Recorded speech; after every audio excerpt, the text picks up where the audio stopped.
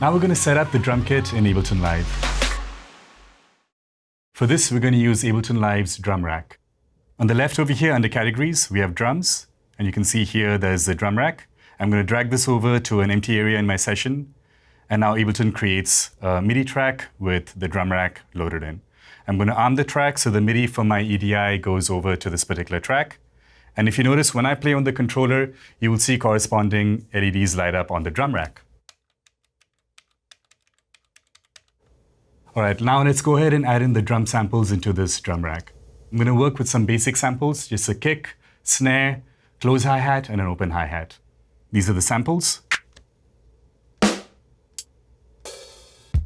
So I want the kick to be placed over here on this button.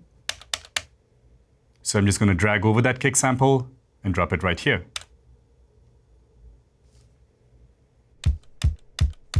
All right, that works. And now I'm going to do the same for the snare. I want to place it right after this, on this button. I want the hi-hat, the close hi-hat on this button here. And then lastly, the open hi-hat on this button over here. All right, so now we have the 4 sounds in our drum kit.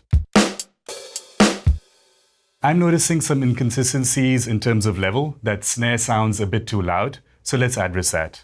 Inside the drum rack, I'm going to select the snare sound, and I'm just going to reduce the volume here. That sounds much better. Before we move on to performing these patterns, we need to address one little thing, and that is regarding the close and open hi-hat. You will notice right now that they both overlap on top of each other. And we do not want that to happen. We want these 2 samples to choke each other. So back in the drum rack, if I click on this icon over here, we now see the different samples. And over here, you see the choke feature. So the 2 samples that I want to choke are these 2. So in order to create that choke, all I need to do is select a choke group from this list over here. So if I select one over here, and for the second sound also I set that same choke group, now when I play,